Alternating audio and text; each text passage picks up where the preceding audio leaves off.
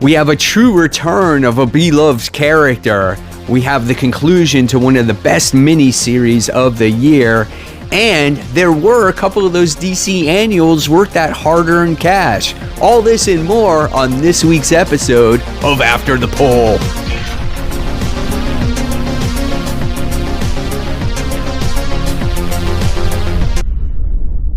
Hey, all my webheads out there, welcome back to Comic Book Corner 2.0. And fans, I am your host, Mike Spider Slayer, bringing you another episode of After the Poll. That's right, guys. This is the weekly series where I take some of my highly most anticipated books I was looking forward to reading to see if they lived up to the hype. And I basically bring the information all to you to see if you guys still want to pick up those comics if you haven't yet, or just have a fun discussion in the comments section below. So hopefully you guys enjoy this week's episode. And before we get started, guys, let me tell you about Mutant Beaver Comics.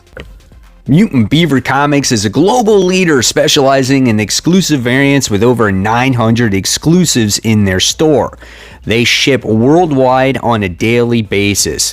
Their mandate is to offer the widest selection of exclusive variants on the planet, along with top-notch customer service. If you guys enter promo code Corner10, and not only can you save 10% on your first purchase, but every other purchase after that. So don't miss out on those exclusives. MutantBeaverComics.com. So guys, hopefully you can capitalize on that discount. The link is in the descriptions box below. All right, guys, so let's get started with this week's episode of After the Poll. All right, webheads, just to let you know, there are spoilers in this review show. So if you have not read your books yet, go ahead, read them, come back, and then we can have that conversation in the comment section. But the first book we're going to be talking about today is Avengers issue 750. This is a milestone issue that is 96 pages, and it just celebrates the Avengers, right? Now, being that this is such a huge book and there were so many books to read, I did not read the whole thing. I wanted to read the She-Hulk story because from what we know, this promises to deliver the original status quo of Jennifer Walters, right? The Jen Walters that we all love. You know, the sexy, the confident, the one that works in the law firm, that has a great personality, not that dumbass She-Hulk, right? So did that deliver in this issue? Well, yeah, in about the 5 pages that I read that had to do with She-Hulk in here so far, we definitely get the character's return. Okay, so we get to see her right here in this book, hugging her friends and becoming the She-Hulk that we all know and love. Now, how did that happen?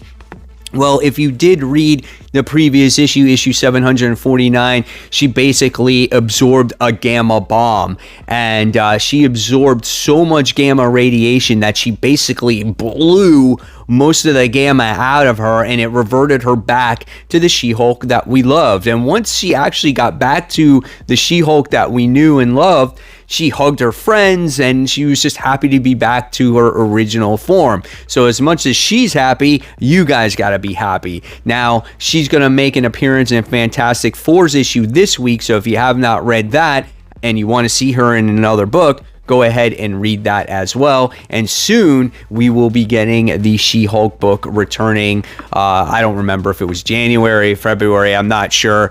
But nevertheless, this little short story, the conclusion of World War She-Hulk, and getting the original status quo of Jen Walters was worth that $10 price tag here. And I'll read the rest of this issue as the week goes on. Okay, so the next book we're going to be talking about here today, guys, is Firepower. This is issue 18. This is a conclusion to the story arc where all our heroes or family members are on top of this mountain and it's basically collapsing and falling apart and they have to run away, right? And so in this issue, if you like Chris Samnee's artwork, you're gonna love the characters, you're gonna love the explosions. This book was very fast paced, like you felt like you were in the explosion with these characters, and it was just a lot of fun. You get to see Kelly and Owen Johnson try to escape the what's they're called, the serpent's control, where all these people are possessed by serpents, and they wind up trying to escape. They hide in a cave, and if you read the original story, like that first trade paperback, they give you the history of the actual place that they live, and that there was this dragon, this mythological dragon, and it was, again, a myth, a legend.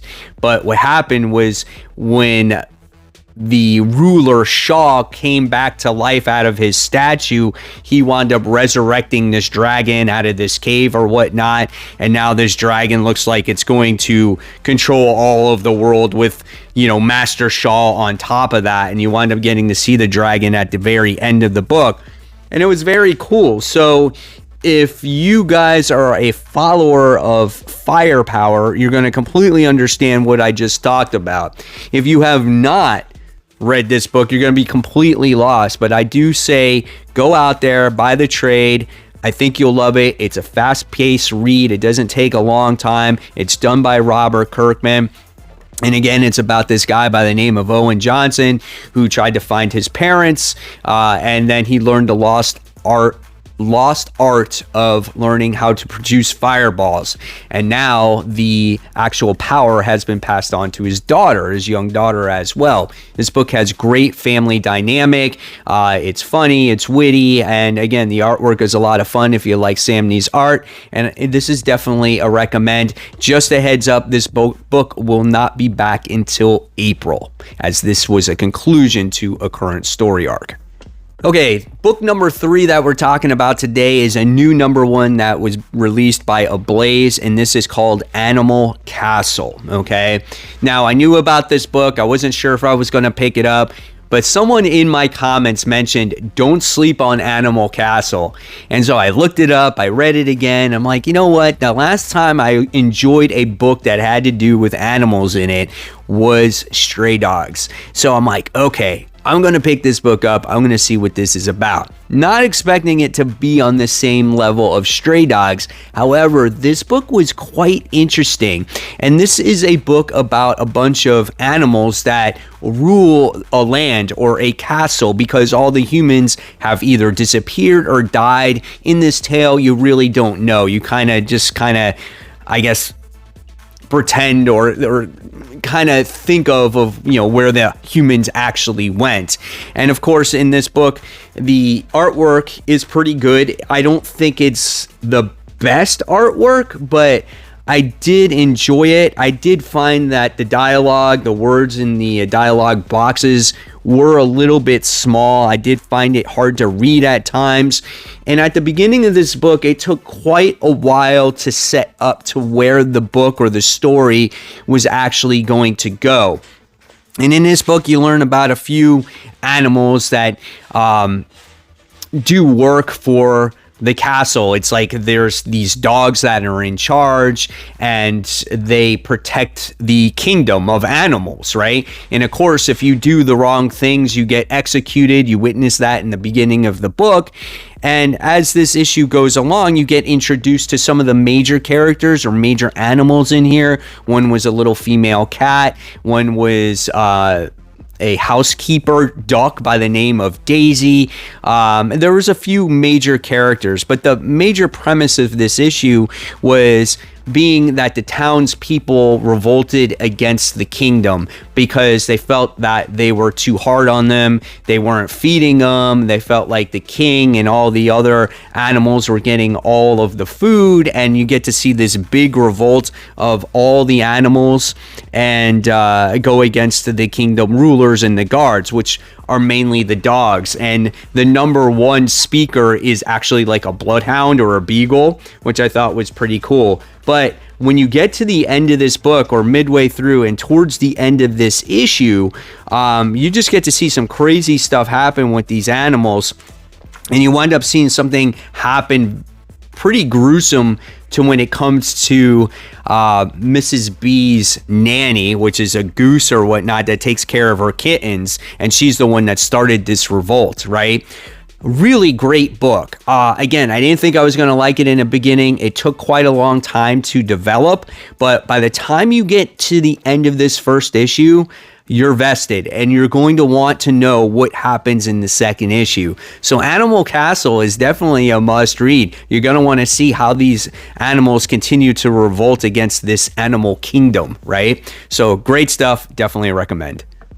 Okay, so book number 4 is going to be the last, I think, independent book that we talk about for today, but this was a good one. This was a conclusion to the Me You Love in the Dark. This is issue 5. Oh my gosh, man. You know, my theory was, what if this was a manifestation of Ro's mind, this creature, this ghost, because of her being stuck in this house, forced to do these paintings all this time. But that wasn't the case. There was literally a ghost where it just became an over-possessive entity and did not want Ro to leave. And you get to see the ramifications of that in this book. Scotty Young, awesome writer. Jorge Corona, his artwork was absolutely stellar because you actually get to see the monster in its full effect in this issue on what it can and can't do and how creepy and scary it can actually get. And this issue was dark. I mean, there was stuff in here that happened where I was like, oh, wow, this is just insane.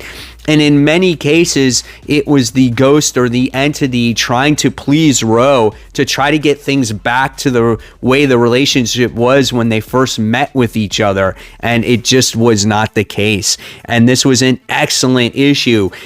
Unfortunately, as the action finally heated up in this book, because we got to see just a long development of this relationship and then the falling apart of it. There was like really very little intense action through, in this issue. And then just as roughly as you're like ramped up and you're into it, it just ends. She winds up burning down the house and the ghost that goes along with it. And it just ends with a smiler on her face, just, saying that she's free, basically, And you get something at the end of it that might tease maybe that there could be a sequel. I don't know. But nevertheless, that's what happens. The whole house burns down and, she's off doing her merry thing from there on out.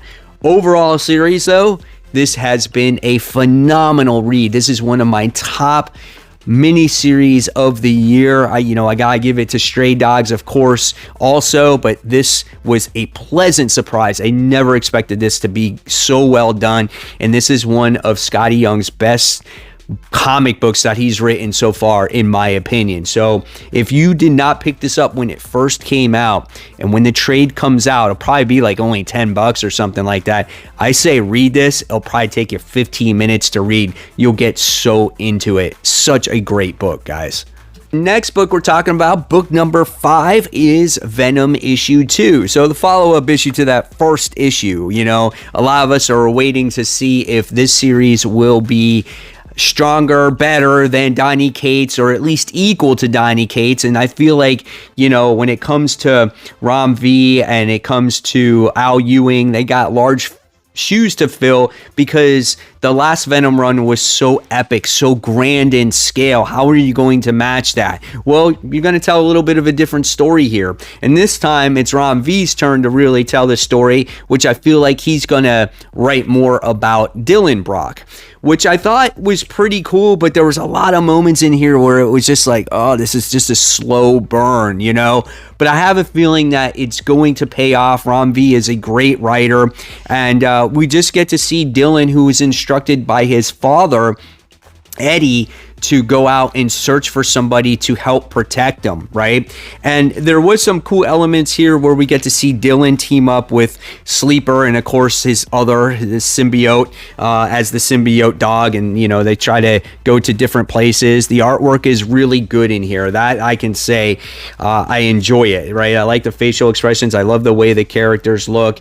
And throughout this issue, really, what happens is there's a lot of, political mumbo jumbo that's going on with Crane, that guy Crane, and they want to capture Dylan Brock, so they send all his goons out there to go search for the symbiote and to capture it and all that other stuff. And so you get to see some action towards the end of the issue here, and what happens is Dylan's butt winds up getting saved by this Archer character, which is a female, which I'm not sure who she actually is, and kind of takes Dylan into her possession, and she does an old Terminator line and says, "Come with me if you want to live." That's what she says, exactly line for line. She just says, "I'm Archer Lyle." So that's who that character is. It was a good book. It just, again, there was just a lot of slow pace in it. It took a long time to develop, but I feel like we're going to get good payoff here. And again, if I'm correct on this, I would expect Al Ewing to write the next issue, and it's going to have to be about Dylan. Not Dylan, Eddie. So I could be wrong, but that's where I'm getting at here. So pretty good stuff. Not as good right now as, say, Donny Cates was, but, you know, that's just different taste, right? So we'll see what happens with it. Book number 6 that we're talking about is The Amazing Spider-Man issue 80. It wouldn't be an episode if I did not talk about The Amazing Spider-Man, since it comes out literally every single week. But we're going to be taking a break for at least a week when it comes to Ben Reilly. And it's even said in this book's story where we get to the point issue where Aunt May teams up with Otto Octavius to find out what is wrong with Peter and why he's in this coma. But going back to The Amazing Spider-Man issue 80, this continues the story of Kraven the Hunter tackling Ben Reilly. And honestly, I hated this issue. I really did. There was just about so much nonsense about just Kraven the Hunter fighting Ben Reilly. It just wasn't even an exciting fight.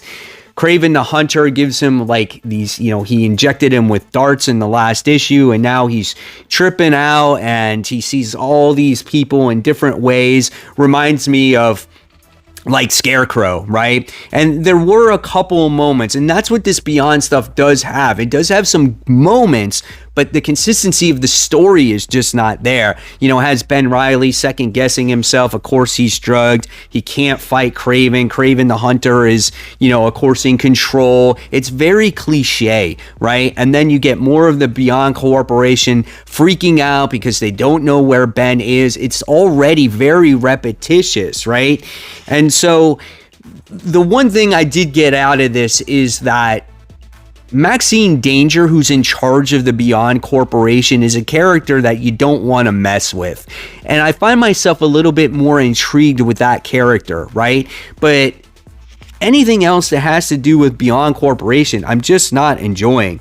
The artwork was okay in this book. You know, when you see the way the action scenes happen, I like it. When you saw Ben kind of on drugs, you know, tripping balls or whatever it is, I thought those scenes were pretty cool, especially from the beginning.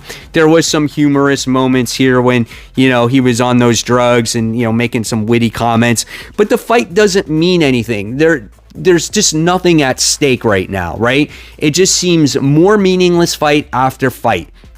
First it was Morbius, now Kraven. Nothing happens out of those fights. It doesn't mean anything. You're taking one of the most legendary villains, right? Kraven the Hunter, and you're basically just, 2-minute fight just to put in some filler panels in there, and then it's done and over with. You know, so it doesn't go well with me, right? So at the end, you wind up seeing Marcus, who is the guy that's in charge of Ben, kind of talk to Maxine, talk her down a little bit and whatnot. And it looks like, based off of what she is saying, that she can reboot Ben Reilly. So maybe take away all his memories or anything like that. That you kind of hinted at that towards the end of this issue. And then obviously we're going to be looking towards the Miles book where the Beyond Corporation takes him in charge and all that other stuff. So yeah. I mean, listen, we got like what? Hopefully only 9 more issues of this, or maybe it's 19, right? Do we go to 100 on this? It's going to be forever. But this was not my favorite book. Again, a couple of favorite moments in there, but nothing too spectacular. Pun intended. All right, so let's talk some DC Comics now. So I wasn't going to buy maybe any of these annuals, but the one annual that I did for sure buy, that I said I was going to buy from the beginning, was Robin 2021 annual. I've loved that series, one of the best DC titles on the shelves today, along with like Nightwing. This was really good because it plays off of what's happening in Robin right now, the Lazarus tournament, and you get to see these events take place before issue 6, okay? And this was kind of cool because you just get to see Robin, Damian, who is basically staking out the competition on all his opponents. And you also get to see the origin story of Flatline. We get to see that her grandfather has all these certain powers where whoever he killed, he absorbed the powers from. And we find out that her grandfather was this mass murderer. And I thought that was pretty awesome. And it basically skipped her dad and it went into her. So she was the one that absorbed she was the one that was next in line to have her grandfather's powers when he passed away. And she learned real quick how to get those powers. And she wound up going to, what's his name?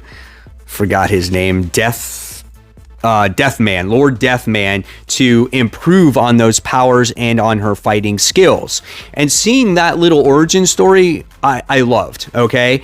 And then as the issue progresses, you wind up seeing more of the competition that Robin is going to go against. And you get to see all the characters, and the characters are right here. And this reminded me of like old G.I. Joe toys, right? Where you turn over the back and it gives them your file. And so you get to see all the contestants in there and where they came from. So you learned a little bit of the story of Black Swan, Double XL, and you learn about the Drenched. But then as the major players come into play here with the in the tournament, you wind up finding a little bit more, except for the character. I shouldn't say that. I didn't find out the true origin of Respawn, and I wanted to find out more of the Respawn character. But we found out that based off of Ravenger's little tale is that the person that is Respawn went into one of the safe houses from Grant and stole all his equipment. So whoever that person is, again, went into the safe house somehow and stole all of Grant's Destro gear. So I thought that was kind of cool. So that's what you get out of that as well. And then you learn more about Hawk also, and then it kind of ties into, all right, now you find out what's going on in the tournament. It all ties together, and then it goes on to the next story arc that's going to take place. So I really loved Robin 2021 annual. I knew I was going to like it right from the beginning. This is definitely a must buy if you're into this series. And book number 8, the final book that I'm going to be discussing with you today, is probably the favorite book that I have read so far. This is Nightwing 2021 annual. I cannot believe that I was not going to read this Tom Taylor story. When I was at the comic book shop, I was like, man, this is Tom Taylor. Like, I don't pass up on his books. And I know it was an annual, and I'm like, but it's Tom Taylor, right? So I was like, I have to pick it up. So, and I'm happy I did not pass it up, because this is a story of 2 brothers. And this was a story of the present and the past, and it just tied it together so nicely. And Batman had nothing to do with this story, and it was so well done, where I could honestly see Tom Taylor write a Jason Todd and Dick Grayson story. This was a great book, and the beginning of this book took place like an action scene out of a movie, right? You just get to see Jason Todd what you think is Jason Todd on top of a car. He's shooting down on the car and it's on fire, and you just see Jason just go with the two guns, boom, shoot someone on the right, boom, shoot someone on the left, and you're just like, oh damn, like no shit, right? And so it makes you believe right from the start that Jason Todd is behind these murders that happen in the book. And the expressions on Dick and Babs' face was absolutely hysterical. And Babs is is covering the eyes of Haley, the dog, which I thought was so cute. And again, it's all those little details that Tom Taylor adds to a book that makes it so enjoyable to read, right? So well done. And what made this book really awesome is it dives back into the past as we get to see Dick and Jason, meet up with each other when they were much younger. And Dick just became Nightwing. He was part of the Teen Titans, and Jason just got to the Wayne Manor. And they kind of go out on the town with each other, right? They dress up. You get to see them in their old costumes, which is a lot of fun. And they go out on the town and on the Batmobile. And it's just, there's all these great moments where, Jason's just like, dude, I can put my feet on the dash. And he's like, yeah, wait, no, maybe Batman wouldn't like that. And it's just awesome. And it teaches Dick what it means to be a Robin, right? And that's what Dick Grayson installed into Jason Todd's head. And as present day came around, we get to see them solve the mystery that was at hand. And once again, even though they're much older, we still see Dick giving lessons to Jason Todd. And it was a really heartfelt moment, and it was a story that very much had to do with two brothers being together, like I said. So well done. Definitely one of the best annuals that I have read in quite some time. I am so happy I did not pass this up. If you guys are thinking about passing up on these DC annuals this week, I say, take a second consideration. You're going to want to read some of these, and Nightwing is definitely one of them. All right, so there you have it, webheads. Like I said, if there was a favorite book so far in my pile that is my favorite pick of the week, it's got to go to the Nightwing Annual. Now, I still have about 10 other books to read. Will that hold up for the week? I don't know. Time will tell. If you want to find out what my number one book of the week is, you can tune in live to the live stream that I have called Comic Book Weekly. That takes place Tuesday nights at 10:15 p.m. Eastern Standard Time. If that's too late for you, then you could just watch it on the replay where I talk about my favorite books with my friends over there. So guys, if you like this video, please give it a thumbs up, subscribe to the channel. Don't forget to hit the bell so you don't miss any content from me. And of course, if you like content, go ahead and click on it right there. Guys, I want to thank Mutant Beaver Comics for sponsoring this video. And of course, guys, keep buying, keep collecting, and most importantly, keep reading those comics. Guys, thank you so much. Enjoy those books, everyone. Bye.